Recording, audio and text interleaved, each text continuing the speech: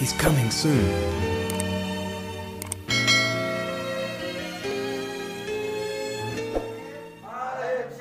Apa kabarnya? Haleluya, luar biasa. Yes, yes, yes. Wow. Anak Nuha, kita itu sangat istimewa. Ya, Bapak Ibu Saudara yang dikasih oleh Bapak Yahweh, hari ini kita memasuki kembali Erev Sabat ya, dan bertepatan pada hari ini tanggal 25 Kislev ini adalah Hari Raya Hanukkah yang dirayakan selama 8 hari ke depan.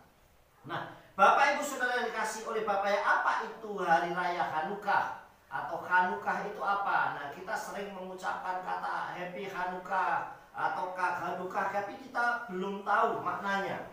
Nah, apa itu Hari Raya Hanukkah yang kita rayakan dan banyak orang merayakan? Bapak Ibu Saudara yang dikasih oleh Bapak Yahweh, memang Hari Raya Hanukkah bukan termasuk dalam 7 hari raya yang diperintahkan Bapak Yahweh. Tetapi hari raya ini memiliki makna yang penting bagi orang-orang Israel, saudara.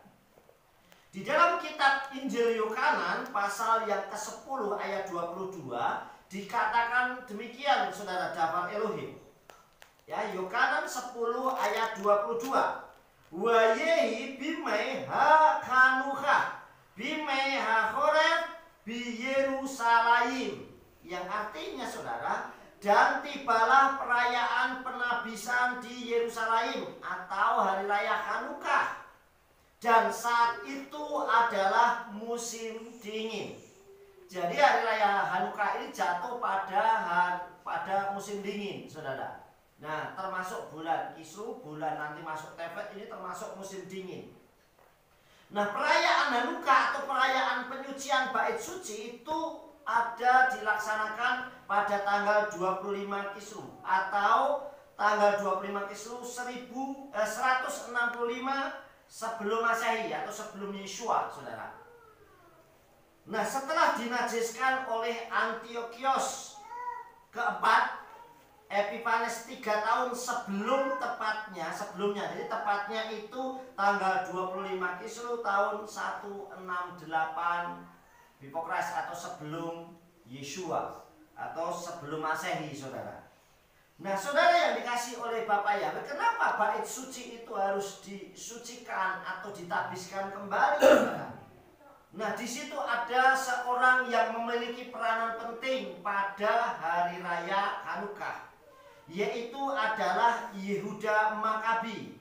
Yehuda Makabi atau yang sering dikenal dengan Yudas Makabe itu memiliki peranan penting. Dia adalah anak laki-laki ketiga dari Imam Yahudi Matatias. Yehuda memimpin pemberontakan melawan kerajaan Seleukius tahun 167 sampai 160 sebelum Masehi, dan dipuji sebagai salah seorang pejuang terbesar dalam sejarah bangsa Yahudi, bersama dengan Yosua, Gideon, dan itu hampir disetarakan sama seperti Gideon, Yosua, dan Daud. Nah, perayaan Hanukkah sendiri, saudara, itu memiliki arti penting bagi umat Yahudi atau umat Yahudi ya, akan arti pentingnya kebebasan beragama dan pembelajaran tentang iman kepada Torah Bapa Yahweh. Kenapa ini memiliki peranan yang penting? Nah, di dalam hari raya Hanukkah itu, saudara, kegiatan selama hari raya perayaan Hanukkah adalah menyalakan lampu atau lilin, saudara, atau menyalakan lentera. Nah, menyalakan ini sudah menjadi satu tradisi setiap tahunnya. Nah, lilin akan terus dinyalakan selama perayaan Hanukkah, berlangsung selama 8 hari. Jadi 8 lilin terus, satu hari dinyalakan terus. Makanya Hanukkah itu cabangnya tidak 7 seperti menorah, tetapi 9, saudara yang dikasih. Nah, perayaan Hanukkah juga disebut dengan perayaan festival cahaya atau terangnya bait suci itu kembali menyala. Kenapa kok bait suci kembali terangnya menyala kembali? Karena beberapa waktu sebelumnya telah dinajiskan atau dikotori. Nah, kaki Dian seperti menjadi bayangan tentang Mesias atau Yeshua. Sebagai seorang hamba, Yeshua mengatakan bahwa tidak datang untuk dilayani, tetapi datangnya untuk melayani. Nah, Bapak Ibu Saudara yang dikasih oleh Tuhan, biasanya saat perayaan Hanukkah orang Yahudi itu memutar dreidel, ya Saudara. Nah, dia diputar, itu ada tulisannya dengan huruf Nun, Gimel, He, dan Sin, ya. Nun, Gimel, He, dan Sun, dan Sin. Nah, Nun, Gimel, He, dan Sin itu kepanjangannya adalah Nesgadol Hayasam, yang artinya itu bahwa akan terjadi mujizat besar di tempat ini. Terjadi mujizat besar di tempat itu.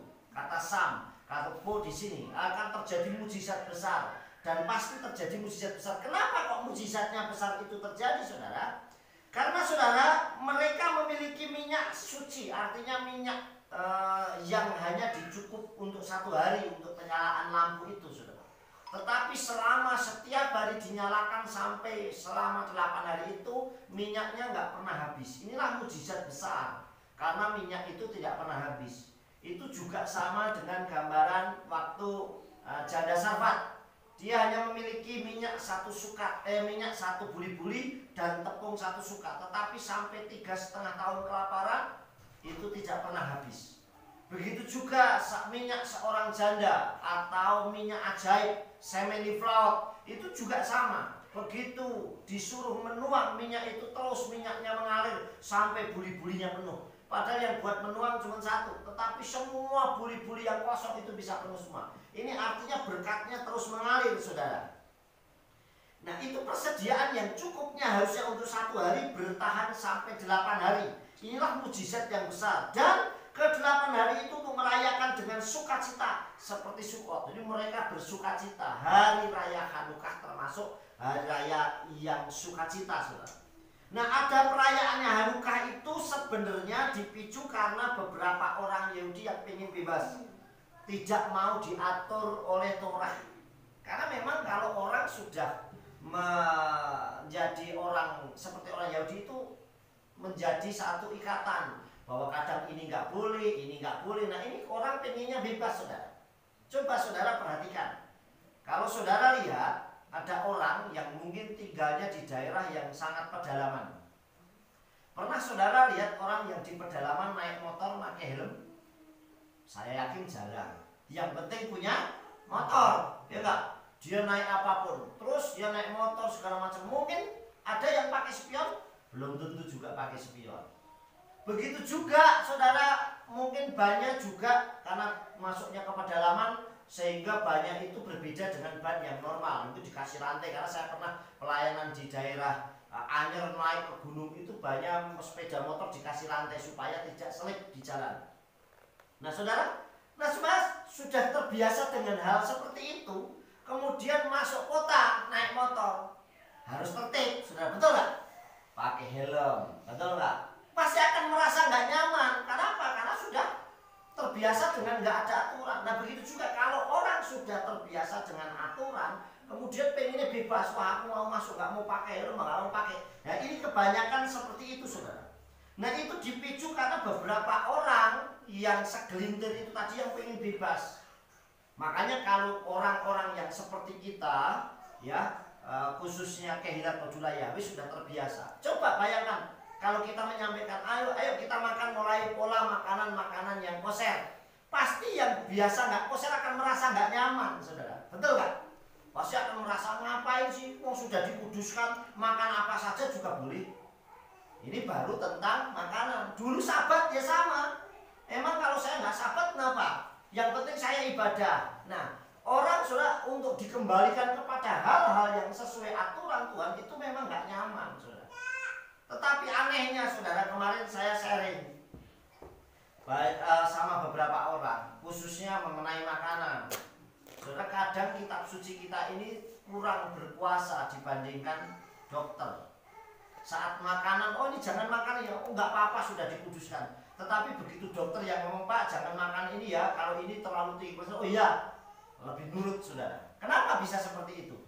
Saudara yang dikasih oleh Tuhan, karena ada kekurangan di dalam tubuhnya. Nah, Bapak Ibu Saudara yang dikasih oleh Bapak Yahweh, inilah salah satu yang memicu Kenapa? Karena orang pengen hidup bebas tanpa aturan Torah, tanpa aturan yang ada di kitab suci, Dafar Elohim. Coba saudara bayangkan kalau ada orang kehilat atau jemaat yang merokok. Saya yakin gembalanya akan protes, jangan merokok, nggak bagus, tubuhmu itu bait Elohim. Tetapi masalah, padahal di kitab suci ini nggak ada tulisan dilarang merokok, malah nggak ada saudara. Di kitab suci ini nggak ada tulisan dilarang merokok atau no smoking, nggak ada. Yang ada itu di pompa bensin, betul nggak? Di pom bensin atau di ruangan ber-AC pasti no smoking atau dilarang merokok, mesti malah ada saudara. Tetapi kita di gereja diajar untuk tidak. Tetapi justru di kitab suci ada hal-hal yang ini tidak boleh, ini tidak boleh, ini tidak boleh. Malah orang nggak apa-apa, yang penting sudah dikuduskan. Alasannya seperti itu saudara. Nah mari kita kembali belajar akan taatnya Dafar Elohim. Nah Bapak Ibu Saudara yang dikasih oleh Tuhan, nah, adanya perayaan Hanukkah itu sebenarnya dipicu hanya beberapa orang saja. Nah, Torah memang membuat tidak nyaman bagi orang yang tidak biasa, saudara. Tetapi bagi orang yang sudah terbiasa akan sesuatu yang sangat dinikmati. Coba saya gambarkan, kita sudah terbiasa ibadah Sabat. Kalau nggak ibadah Sabat aja rasanya nggak nyaman, betul nggak saudara? Kita sudah terbiasa memberkati, nggak memberkati saja rasanya kok beda. Coba Erev Sabat sekali waktu nggak usah saling memberkati. Suami nggak usah memberkati istri, nggak memberkati, rasanya berbeda. Kenapa? Karena itu sudah sesuatu yang kita biasakan. Coba kita ibadah biasa pakai tali terus nggak pakai tali, mesti ada sesuatu yang berbeda juga, saudara. Ada hal-hal yang sesuatu yang sudah kita biasa kita lakukan. Coba di sini kalau yang mau pergi keluar entah sekolah, bekerja atau kemanapun berdoa siapa? Angkat tangan. Nah, yang di rumah angkat tangan juga nggak? Mungkin angkat tangan juga yang ikut live. Nah sekali waktu kita pergi nggak doa, nyaman nggak kira-kira? Mesti ada sesuatu sih. Aduh, rasanya nggak nyaman ya. Rasanya kok nggak nyaman ya? Kenapa kok nggak nyaman ya? Kok karena saya nggak berdoa, saya kurang. Karena ada tadi ketinggalan saya tidak berdoa, saudara. Nah itulah yang membuat sesuatu saudara yang dikasih oleh Bapak Yahweh, karena kita sudah membiasakan diri untuk kita berdoa, Bapak Ibu saya dikasih Tuhan. Nah, saudara yang dikasih oleh Tuhan, nah ketika Matatias atau Matatias Makabe itu dan 5 orang anaknya menyaksikan seorang Yahudi tapi mempersembahkan persembahan untuk menajiskan bait suci, maka dia marah dan kemudian orang itu dibunuh, ditusuk. Itu tertulis dalam kitab 1 Makabe pasal 2 ayat 24 sampai 28. Nah akhirnya terjadilah perang antara orang Yahudi dan Yunani, dan orang Yahudi menang. Nah inilah yang cikal bakal bait suci yang tadinya sudah dipersembahkan persembahan yang najis disucikan kembali, ditahirkan kembali. Makanya kenapa kita seringkali kita mentahirkan sesuatu. Pak, saya beli mobil baru nih, beli mobil. Mungkin mobilnya juga nggak baru juga, mungkin second atau baru sekalipun. Tolong tahirkan dulu. Karena mungkin banyak hal saat perakitan, saat apa, itu banyak hal-hal yang berbeda, saudara. Yang harus ditahirkan. Pak, saya punya rumah, saya punya usaha baru, tolong tahirkan. Pak, saya begini, tolong tahirkan. Ada hal yang perlu ditahirkan. Nah, Hanukkah yang terpenting atau Hanukkah terpenting dalam hidup kita adalah kembali. Kalau bait suci sudah ditahirkan kembali, cahayanya sudah menyala kembali terang, maka bait sucinya jangan dikotori lagi. Amin. Jangan pernah itu dikotori lagi. Nah, bait suci yang sesungguhnya dalam kehidupan kita adalah tubuh kita. Amin. Tubuh kita ini adalah bait suci. Yang pertama, saudara, tubuh kita adalah bait Elohim. Jadi jangan pernah dinajiskan. Kita sudah membiasakan diri, saudara. Saya bersyukur kita sudah membiasakan diri. Kalau kita sudah mulai membiasakan diri hidup, mulai belajar, ya itu bertahap. Tidak langsung, wah saya langsung begini, tidak, tapi bertahap. Paling tidak bisa nggak kita mengendalikan diri tergoda dengan hal-hal yang sudah biasa tidak kita lakukan. Saudara yang dikasih Tuhan, di dalam kitab 1 Korintium pasal 3 ayat 16 dikatakan, halo yedaitem ki atem miskan Elohim weruah Elohim soken betohahem, yang artinya, tidak tahukah kamu bahwa kamu adalah tempat suci Elohim dan ruah Elohim berdiam di dalam kamu. Artinya saudara, bahwa tidak tahukah bahwa tubuhmu, ya, bahwa kamu atau tubuh kita ini adalah tempat sucinya Elohim. Dan roh Elohim tinggal diam di dalam. Kalau ada roh Elohim, ada ruah Elohim dan tempatnya Elohim harus kudus. Betul nggak saudara? Kita nggak boleh nggak kudus. Artinya kita diajar untuk menguduskan. Makanya saudara, tubuh kita harus dijaga, jangan dinajiskan, jangan dikotori. Yang paling sering gampang itu, wah Pak, tapi saya kan sudah nggak makan makanan. Bukan cuma makanan, perkataan saja itu kita harus jaga. Amin. Mulai belajar memberkati, bukan mengutuki. Belajar berkata positif, bukan negatif. Nah ini mulai lidahnya saudara. Ini tubuh kita. Jadi kalau kita ngomongnya negatif ya jangan. Kita putuskan, minta ampun. Kalau kita sudah terlanjur ngomong, cabut perkataan itu. Nah itu dihilangkan saudara. Satu. Bisa saja tangan yang harus dikuduskan. Biasanya tangannya main comot sana, main comot sini, main nuding sana, nuding sini. Mulai berubah. Tangannya dipakai menyalami, memberkati, dan melakukan hal yang lain. Yang positif, yang baik untuk kemuliaan Elohim. Jadi semua pintu celah dosa itu tertutup. Itu namanya menjaga bait Elohim kita itu menjadi bait yang kudus. Tempat suci di mana roh Elohim, ruah Elohim diam dalam kita. Yang kedua, mempersembahkan tubuh yang terbaik. Yang kedua, saudara, mempersembahkan tubuh. Saudara yang dikasih, bagaimana cara kita mempersembahkan tubuh kita yang baik, saudara? Yaitu tadi menjaga. Di dalam kitab suci dikatakan, saudara, oleh karena itu, saudara, demi kemurahan Elohim, aku menasihatkan kamu di dalam kitab Romium, ya. Kamu akan mempersembahkan tubuhmu sebagai persembahan yang hidup, kudus, dan berkenan kepada Elohim. Itulah ibadahmu yang bijak. Artinya saudara, kita suruh mempersembahkan tubuh yang kudus. Kalau tubuh yang kudus ya jangan dikotori. Kita sudah dibaptis, kita sudah ditahirkan, kita sudah dikuduskan, ya jangan dikotori lagi. Saudara yang dikasih oleh Bapak, kalau kita sudah disucikan, dikuduskan, kita sudah mulai belajar ngomongnya hati-hati memberkati. Tapi bisa nggak mata kita juga menjaga supaya mata kita tidak berlaku dosa? Nah artinya seluruh tubuh kita ini dijaga dengan baik. Itu yang kedua saudara, yaitu mempersembahkan tubuh. Yang pertama tadi adalah tubuh kita bait Elohim. Yang kedua persembahkan. Kenapa? Karena hari raya Hanukkah pentahiran bait suci. Hari ini semuanya tubuh kita tahirkan untuk persembahan Bapa Yahweh yang kudus, supaya cahaya terang kita tetap menyala dalam kehidupan kita. Amin. Yang ketiga saudara, yang ketiga, makna yang besar di balik merayakan Hanukkah adalah menyalakan menorah Hanukkah. Menyalakan Hanukkah itu adalah penjaga terang, menjaga terang kita tetap bersinar dalam hidup kita. Coba api menorah kita tetap menyala terus. Bisa nggak menjaga api itu? Artinya cinta Tuhan itu tetap menyala terus. Rasanya kalau saya nggak membaca daftar Elohim nggak enak. Rasanya kalau saya nggak berdoa nggak enak. Rasanya kalau saya nggak menyembah nggak enak. Kalau saya tidak berkomunikasi dengan Tuhan nggak enak. Artinya menjaga urapan Tuhan, penyembahan, mesbah itu tetap terpelihara dengan baik.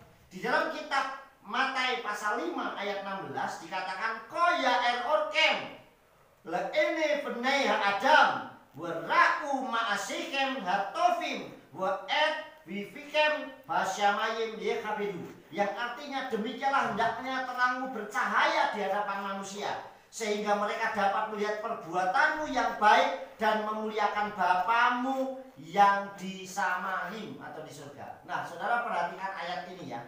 Ayat ini dikatakan demikianlah hendakmu terangmu bercahaya. Nah kalau kita punya terang tapi ditutupi buat apa saudara? Makanya ada Tuhan Yesus memberikan gambaran, ada orang menyalakan lampu di atas gantang, ada orang menyalakan lampu di atas kolong tempat tidur. Kenapa kok bisa gitu? Nah terang itu jangan sampai kita tutupi. Dikatakan kota yang terletak di atas gunung, cahaya lampu yang terbentuk masih kelihatan. Coba kalau kita pas di Salatiga, terus cuaca cerah, kita bisa melihat Lelo, Ngaduman di gunung, lampunya menyala masih kelihatan. Rumahnya nggak kelihatan, tapi kelip-kelip terangnya itu bisa kelihatan. Kenapa saudara? Karena memang sekecil apapun bisa kelihatan saudara. Nah itulah yang terjadi. Makanya ayatnya dikatakan demikianlah hendakmu terangmu bercahaya. Demikianlah hendaknya terangmu bercahaya. Kepada siapa? Di hadapan manusia. Jadi terang itu biar menerangi banyak orang, bukan ditutupi. Malu aku nggak enak. Justru terang itu biar dikatakan bercahaya di hadapan manusia. Kalau cahaya itu menerangi banyak manusia, orang lain tidak kegelapan. Amin. Orang lain nggak mungkin kegelapan. Sehingga mereka dapat melihat perbuatanmu yang baik. Artinya kita nggak perlu banyak ngomong, nggak perlu promosi, orang menilai kita dengan baik. Saudara yang dikasih oleh Bapak, saya beri contoh saudara. Yesua nggak pernah promosi. Saya mau ke sana besok, mau KKR, mau di bukit khotbah segala macam, tidak. Tetapi nama Yesua itu menjadi terang yang bercahaya. Amin. Makanya kemana Yesua pergi banyak kerumunan orang mendatangi. Yesua di rumahnya siapa? Orang berbondong-bondong datang, orang sakit berbondong-bondong datang. Yesua di bukit, orang mengikuti Yesua. Tidak perlu promosi. Dan di situ Yesua terangnya bercahaya. Makanya dikatakan dia adalah terang sejati. Or HM, terang kebenaran itu. Jadi Yesua benar-benar, makanya di mana nggak perlu dia harus promosi segala macam. Bahkan Sakai saja atau Sakeus, orang yang kaya, orang yang seperti itu. Sebenarnya sekarang orang kalau yang seperti Sakeus kan dia ngomong, Yesua kamu ke rumah saya ya. Orang datang saudara. Coba ada pendeta, Pak ke rumah saya ya. Wah ini bos besar, mungkin pejabat yang luar biasa pada datang saudara. Sakai sebenarnya bisa saja, tapi kenapa justru Sakai yang nyari Yesua? Saking penasarannya dia berusaha mencari Yesua, karena saking terkenalnya Yesua. Amin. Kalau orang sudah terkenal, populer segala macam, nggak perlu promo segala macam, orang sudah antusias saudara dikasih Tuhan. Nah, Bapak Ibu Saudara yang dikasih oleh Bapak Yahweh, mari buat di perayaan Hanukkah ini kita menjaga 3 hal. Karena Hanukkah adalah pentahiran bait suci atau pentahbisan bait suci, maka hari ini tahirkan, tahbiskan bait suci yaitu tubuh kita. Amin. Buang segala kenajisan, buang segala dosa. Nah, pintu dosa dalam diri kita tutup. Mulut kita, lidah kita yang biasa ngomongnya nggak bagus, mulai ngomong yang baik. Mulai yang tadinya ngomong negatif, ngomongnya yang positif. Mulai pendengaran kita senangannya dengaran yang gosip-gosip yang negatif, tutup. Kita mulai ngomong-ngomong dengerin yang baik. Amin. Mulai dengerin pujian, mulai dengerin Dafar Elohim. Mata kita yang mulai melihat-lihat yang tidak baik, mulai melihat yang baik. Yang kita lihat buku kitab kehidupan Dafar Elohim, mulai untuk membaca merenungkan. Semua saudara yang dikasih oleh Tuhan. Tangan kita yang tadinya tangan suka comot sana comot sini, ngambil sana ngambil sini, dipakai untuk memuji Elohim, mengangkat tangan menyembah, untuk menengadah berseru. Nah artinya apa saudara? Mulai kuduskan di dalam tubuh kita. Pintu-pintu yang membuat dosa tutup, diblok saudara. Jempol kita yang biasa mulai ngomong yang gak bagus, mulai dimanapun kita buang saudara. Kita mulai hal-hal yang positif yang bagus. Amin. Cepat sinyal kita itu, makanya kalau kita punya sinyal, sinyalnya yang bagus. Sinyal yang bagus itu begini. Begitu ada orang bilang, Bapak yang berkati, Tuhan Yesus yang berkati, amin. Itu sinyalnya cepat. Amin, saudara. Tapi begitu ada orang ngomongin hal yang negatif, nggak mau saya respon. Artinya itu berarti secara otomatis blok kita sudah bagus. Amin, saudara. Tetapi kalau ada orang yang memberkati, ada yang mengirim renungan hal yang bagus, siapapun yang mengirim renungan, tidak harus saya, saudara, siapapun, tetapi selama yang disembah dipuji Bapak Yahweh Elohim, Besem Yeshua HaMashiach, renungan itu memberkati, aminkan. Amin, saudara. Bahkan kalau perlu publikasikan supaya semakin banyak orang mendengar dan membaca dan merenungkan Dafar Elohim. Amin, saudara. Amin. Hari ini mari di perayaan Hanukkah ini yang memasuki pada tanggal 25 ini, besok sudah 26 saudara. Kita sudah menyalakan lilin yang berikutnya. Nah, kita mulai cahaya menorah tubuh kita di bulan cahaya. Mulai terang dimanapun kita berada. Bersyukur kalau hari raya Hanukkah pasti melewati Sabat, sehingga kita juga bisa merayakan Sabat, saudara. Terangnya bercahaya buat banyak orang. Amin, saudara. Mulai hari ini di hari raya Hanukkah, tahirkan, tahbiskan, miskan Elohim, ya, tempat suci Elohim dalam diri kita. supaya benar-benar. Karena apa saudara, kalau kita tahirkan, Tuhan itu kan senangnya tempat yang kudus, betul nggak? Betul nggak?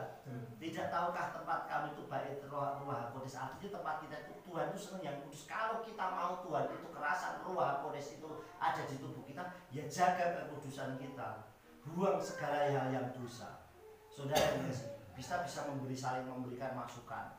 Artinya menyupport, bukan menjatuhkan orang, memberi input masukan, hal-hal yang positif, hal-hal yang baik, saudara. Saya bersyukur banyak orang yang hari ini mulai menyembah Yahweh dengan luar biasa. Tetapi sekali lagi saya khususnya Keletodulaya mulai berantisipasi, karena sekarang ini pengajaran bisa diakses model apapun. Kita harus punya filternya supaya kita tahu kebenaran yang sesungguhnya. Sukses besar buat kita semua, dan saya ucapkan Kaksanea Kanuka Bapak Yahweh Besem Yeshua memberkati kita semua. Amin.